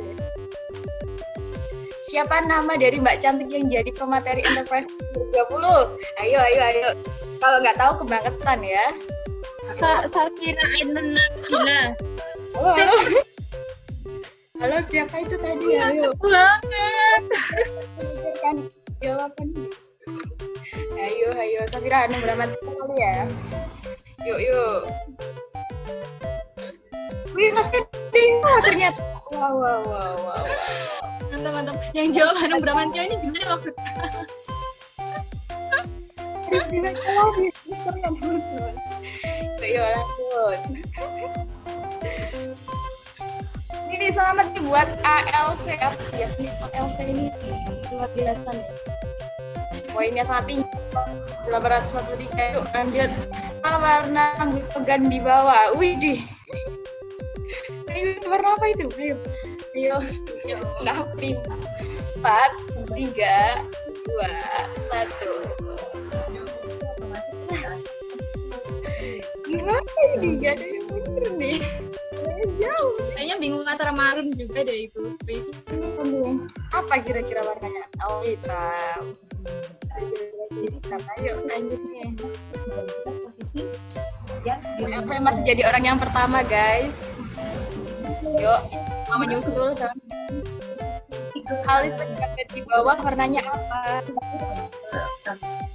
jadi kan harus satu aku harus ada di posisi yang Siapa itu? Tiranosaurus. makanya kalau orang tua Ya. Lanjut, Kak. memang itu apa juga Gue yakin memang yang bagus-bagus keluar ya, yang bagus-bagus Iya. keluar kelihatan. Iya. Tapi gue yakin banget bukan hati gue ya, gue yakin ikutnya juga bukan dibilang Saya udah nonton nih Deddy Corbuzier sama Ashanti. Sunshine, udah membalap ALV yuk. Aspal warnanya apa? Warnanya apa, guys? Ayo, apa ini? Ayo. Hitam, putih, oranye, kuning. Ayo, apa nih, teman-teman? Kalau nggak tahu kebangetan ya. Ya, bener nih. Lah, ada yang masalah nih, warna hijau. Warna kuning. Iya, warna Kuning. Iya, kuning. Warna hijau.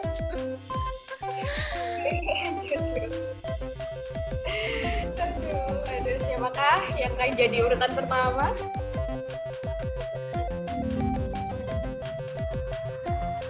Wih, Sunshine lagi ternyata. Keren. Di hari yang ceria ini ya, Sunshine. Yuk, lanjut, Kak. Melawar tidurnya kapan? Tengah malam, Kak. Jam berapa, Kak? Jam 22, Kak, gitu. Kayaknya saya deh yang mirip kelelawar ini. Gak pernah tidur nih, weh, siap. Tidurnya siang bener. Ada yang salah juga terlalu teman-teman deh. Wih, Sunshine lagi, ayo. Dibalap, Sunshine-nya dibalap. Kesempatan lagi nih. Yuk, lanjut. Manakah logo LG yang benar? Ayo, siapa yang kulkasnya LG? Yang AC-nya LG? Kalau nggak tahu, bisa tanya. Ayo. Dicek dulu kulkasnya. Dicek dulu AC-nya.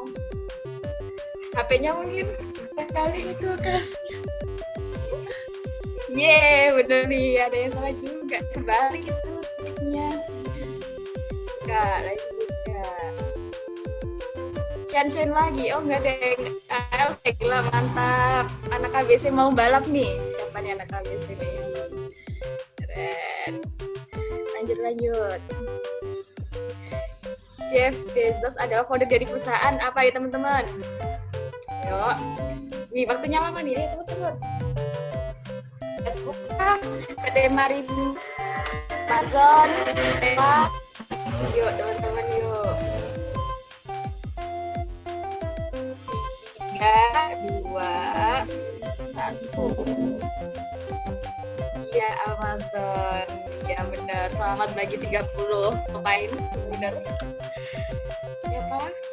Wih, ALV lagi nih. Kejar-kejaran ya ini. Kejaran ini. Keren. Lanjut, Kak. Manakah logo produk Puma yang benar? Ayo. Sepatunya yang Puma, atau apanya gitu yang Puma. Ini sekali. Yuk, teman-teman. Kalau nggak tahu, kebangetan nih. Kenal nih. Nggak asing lagi kita lihat. Ayo. Iya. Masih ada yang salah ternyata teman-teman ya. Tapi nggak apa-apa lah. Banyak yang benar ternyata. Yuk. Siapakah? ALV. Wih, mau dibalap sama. Siapa nih? Lucu ya ternyata namanya ya. Yuk. Lanjut. Yuk, kembali merupakan foto dari founder Nike. Siapa nih? Ayo. Bener apa salah? Ini cuma 2 loh pilihannya. Bener apa salah? Bener kah? Salah kah?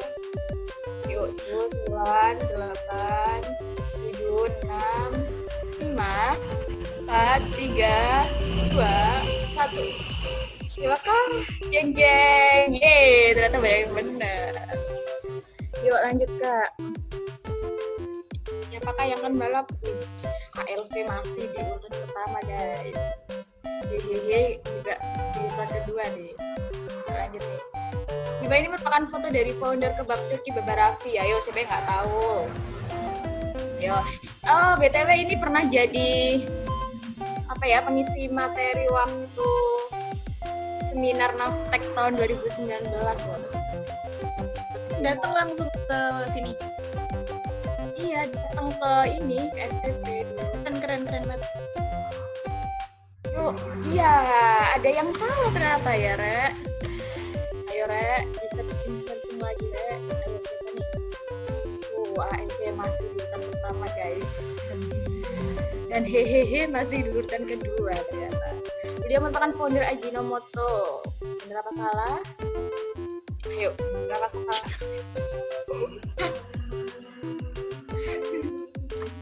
Ayo, benar apa salah? 6, 5, 4, 3, 2, 1. Jeng. Yeay, masih ada yang salah ternyata. Udah bener. Kok ada yang jawab bener gitu? Gak fokus kali, Kak. Soalnya lihat Kak Safira ini luar biasa orangnya. Oh gitu.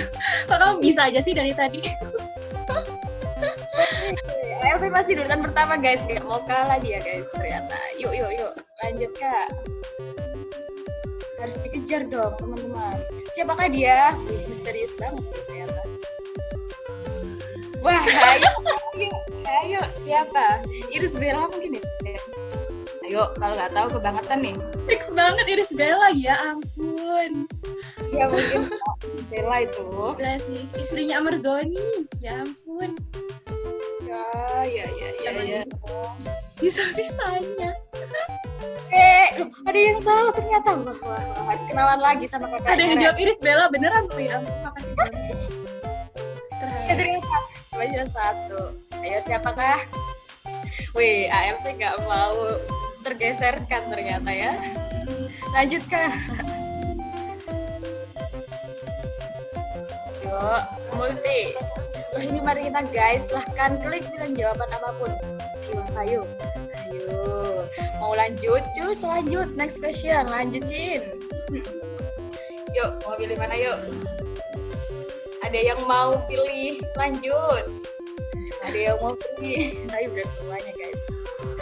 Yuk, Kak, ini udah terakhir ya? Udah. Wih, ternyata ini terakhir. Oh, ini terakhir ya? Beneran terakhir? Wah. Oh, enggak deh. Terakhir deh. Jawablah soal di bawah ini. Hehehe. Wow. Bukan. Siapa yang bikin soal? Wah, luar biasa. Yuk, Jawabannya apa, Riz? Kamu pasti tahu ya, Riz ya? tahu. Ya Allah, parah banget Riz kalian guys, ya Allah. Kayak siapa yang bikin soal? Ini tinggal keberuntungan kalian aja, guys. Wow. Ada 6 yang benar ternyata. Selamat, kalian beruntung. Kita lihat akhir. Ayo, siapakah? Kita lihat apakah posisinya tergeserkan? Games Enterprise Schooling. Wih, pertama Sean. Wih, selamat Sean. Kamu akan dapat selamat dari panitia aja. Ada bintang. Wih, kalian dapat hadiah loh dari panitia. Siapakah? Sunshine. Wih, selamat Sunshine. Selamat buat Sunshine dan bintang. Nanti akan di hubungin langsung sama panitia. Tapi ini namanya kan nggak sesuai ya. Nanti chat aja ya Kak Anisha di CP poster. Nanti akan dikirim hadiahnya. Dan buat Sean akan dapat ucapan selamat dari Kak Silvi. Kak Silvi cantik. Oke teman-teman, terima kasih ya udah mengikuti games kita kali ini. Oke, di sini saya mau nge-review materi tadi. Jadi teman-teman, apa yang kita inginkan itu semuanya berawal dari skill kita. Kalau kita melakukan apapun dengan skill kita, akan merasa enjoy, merasa senang buat melakukan semuanya itu. Dan semua itu butuh proses, teman-teman. Gak langsung ujuk-ujuk instan kayak gitu.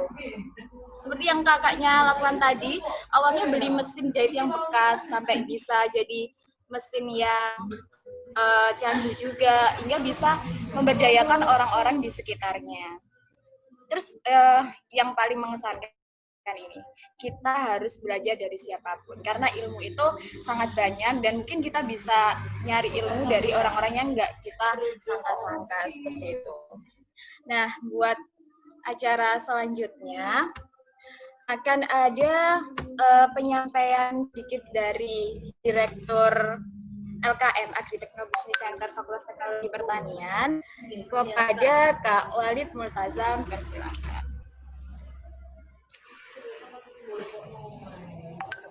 Assalamualaikum warahmatullahi wabarakatuh. Selamat siang semuanya. Mohon maaf tadi ada sedikit keterlambatan ya dari saya karena ada suatu hal urusan yang saya harus lakukan. Terima kasih saya ucapkan kepada khususnya anggota dan peserta dari ABC khususnya yaitu Agri-Tekno Business Center, di mana ini menjadi lembaga yang mewadahi seluruh semangat dari mahasiswa teknologi pertanian untuk berusaha. Itu, dan juga terima kasih saya sampaikan kepada pemateri kita dari Asbira ya, yang mana saya juga menyampaikan ke teman-teman panitia tadi, kita tidak salah pemateri ini kali ini ya, karena seperti yang kita dengar 1 jam tadi, bagaimana kita melihat pemateri ini, Bapak materi ini dapat menginfluence kita, dapat meritas semangat kita untuk menjadi entrepreneur muda yang mandiri di usia sebagai mahasiswa itu. Karena ini sangat cocok dengan topik yang kita angkat ya di acara Enterprise Schooling ini, di mana bagaimana menciptakan mindset untuk menjadi entrepreneur muda yang kreatif. Gitu. Juga terima kasih saya ucapkan kepada seluruh hadirin, seluruh peserta Enterprise Schooling, dan saya doakan semuanya dapat meraih apa yang kita targetkan selama di tahun ini. Gitu. Sedikit saya sampaikan tentang Enterprise Schooling ya sebelum nanti acara closing statement dari dan juga acara penutupan yang disampaikan dari pemateri. Itu apa sih tujuan dari adanya Enterprise Schooling ini? Yaitu Enterprise Schooling ini merupakan program dari kami Agri-Tekno Business Center. Alhamdulillah sudah kita laksanakan selama 2 tahun, khususnya dari divisi R&D dan juga unit usaha. Mana tujuannya dari acara Enterprise Schooling ini adalah menciptakan forum sharing bisnis, forum sharing pengalaman. Jadi kita dapat saling belajar dari pengalaman dari para pemateri kita. Itu. Dan dari situ kita dapat merasakan ya, bagaimana lika-liku, bagaimana naik turun dari perjalanan dari pemateri kita untuk meraih kesuksesan yang sudah kita lihat tadi. Gitu. Karena memang benar, kata orang itu guru yang terbaik itu adalah pengalaman ya. Tapi menurut saya guru yang terbaik daripada yang terbaik adalah pengalaman orang lain. Itu mungkin yang perlu kita pelajari itu. Tujuannya juga dari acara seperti ini ya, dari acara enterprise schooling ini, itu harapannya ke depan juga minimal itu dapat menciptakan giroh atau menciptakan semangat motivasi dari kita semua untuk bagaimana sih menjadi pemuda yang dapat sedini mungkin untuk meraih kesuksesan melalui usaha-usaha. Apalagi di era seperti ini, era pandemi ya, jangan dilihat dari PDP-nya, jangan dilihat dari ODP, jumlah kasus positif dan sebagainya, tapi lihat dari potensi yang ada, karena kan di kondisi seperti ini, pandemi seperti ini, dalam tanda kutip kita banyak waktu luang, itu kesempatan kita untuk meraih kesuksesan dengan usaha-usaha itu. Karena apa? Karena dengan semangat yang kita raih dari acara seperti ini, kita dapat bermanfaat kepada orang lain tentunya, dan kita dapat mengajak orang lain untuk sama-sama merasakan kesuksesan. Itu harapan ke depannya. Dan saya mewakili teman-teman dari ABC sekali lagi mengucapkan terima kasih banyak atas semua yang telah kita siapkan untuk acara seperti ini. Dan saya mengucapkan banyak-banyak mohon maaf sebesar-besarnya juga kepada teman-teman semua atas segala bentuk kekurangan dari acara enterprise schooling ini. Dan saya juga berharap teman-teman semua bisa memberikan feedback, memberikan masukan, memberikan kritik dan saran yang bersifat mendasar dan membangun untuk kelangsungan acara-acara seperti ini. Harapannya akan banyak lagi acara-acara seperti enterprise schooling di luar sana. Itu barangkali itu yang dapat saya sampaikan. Saya berharap kita semua dapat meraih apa yang kita cita-citakan, terus semangat dan terus maju. Salam wirausaha dan salam sukses. Barangkali itu saya cukupkan. Terima kasih atas perhatian. Mohon maaf atas kesilapan. Assalamualaikum warahmatullahi wabarakatuh.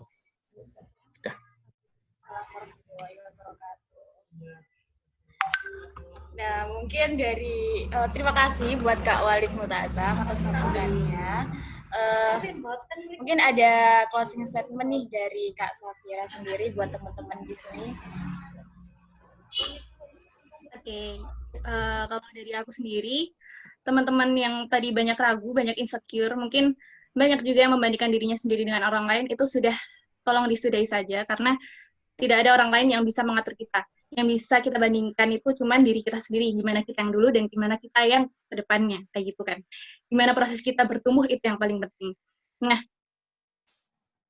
bagus-bagus kalau kita bisa mulai usaha dan bisa menciptakan lapangan pekerjaan untuk orang lain, karena saya mengutip dari ibu saya, kalau kita menciptakan lapangan pekerjaan, kita akan mengurangi pengangguran. Kalau kita mengurangi pengangguran, kita akan mengurangi tindakan kriminalitas, seperti itu. Dan pada tujuan akhirnya, gimana kita bisa sangat bermanfaat, yaitu salah satunya dengan menginspirasi. Karena menurut saya, dari atas segala lika-liku yang kita lalui ya, sampai hasil akhir, yang paling penting itu gimana cara kita bisa bermanfaat dengan menginspirasi. Ya itu aja mungkin, Tis. Tadi udah terlalu banyak ngomong kayaknya. Semangat aja buat teman-teman. Semangat, jangan kata menyerah lah pokoknya. Kita nggak bakal gagal sebelum kita menyerah. Baik. Terima kasih banyak Kak Safira atas materi, atas sharing-sharingnya kepada kita semua. Semoga ilmunya bermanfaat buat Kak Safira sendiri dan buat teman-teman juga. Semoga teman-teman di sini bisa terinspirasi dan bisa memotivasi kalian buat bisa seperti Kak Safira ini. Mungkin Kak Safira bisa menerima ya kalau ada yang mau sharing gitu. Boleh banget. Bisa chat pribadi gitu. Ya. Tak terasa teman-teman, kita sudah sampai di penghujung acara. Setelah usai sudah acara kita pada pagi hari ini, saya ucapkan banyak terima kasih kembali kepada teman-teman semuanya. Di sini saya selaku moderator meminta maaf kepada teman-teman semuanya atas kesalahan yang dilakukan, baik secara sengaja maupun tidak. Mungkin itu saja yang bisa saya sampaikan dan Kak Safira sampaikan. Terima kasih atas waktunya teman-teman semuanya, dan saya akhiri. Wassalamualaikum warahmatullahi wabarakatuh. Waalaikumsalam. Terima kasih ya semuanya. Terima kasih juga buat ABC udah mengundang saya. Ya ampun, saya terharu banget. Makasih banyak teman-teman. kasih Kak Safira, ilmunya Masya Allah luar biasa. Oh ya, bagi yang tadi menang, silahkan konfirmasi di chat ya. Di grup tadi, karena namanya nggak sesuai ini. Terima kasih teman-teman semuanya, bisa diakhiri ya. Terima kasih Kak Safira. Jadi Kak Safira, terima kasih banyak. Teman-teman bisa Sama-sama. Terima kasih juga ya teman-teman. Jangan lupa di follow IG-nya Ashby @ashby.ra. IG-nya Kak Safira juga boleh. Iya. Ya IG-nya Kak Safira apa Kak? Apakah IG-nya Kak? Ya Nggak teman-teman usah lewat Ashby aja nggak apa-apa. Ntar saya lewat Ashby nanti ditanya aja IG-nya Kak Safira ya lewat DM ya. Ya boleh.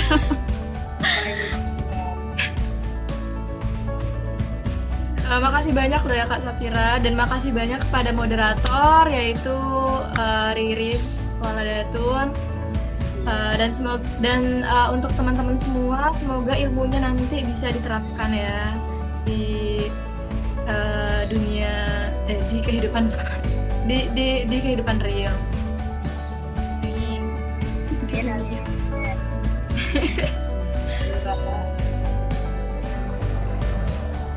Oh iya, jangan lupa bagi teman-teman yang masih join ya, ini nanti ABC itu akan mengadakan seminar Navtex nih. Oh iya, pasti keren tuh Kak, pasti materinya keren. Iya, ada materi tentang bisnis juga yang pastinya bakalan nge-influence kita juga, nggak kalah juga nih sama Kak Safira. Iya, Pasti saya yang kalah sih kalau itu.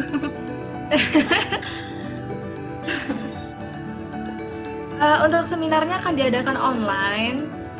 Jadi bagi teman-teman yang memiliki waktu luang bisa dicek aja ya nanti IG Navtex. Nanti untuk tanggalnya dan jamnya nanti akan diinfokan lebih lanjut di IG Navtex, yaitu @navtex_abc.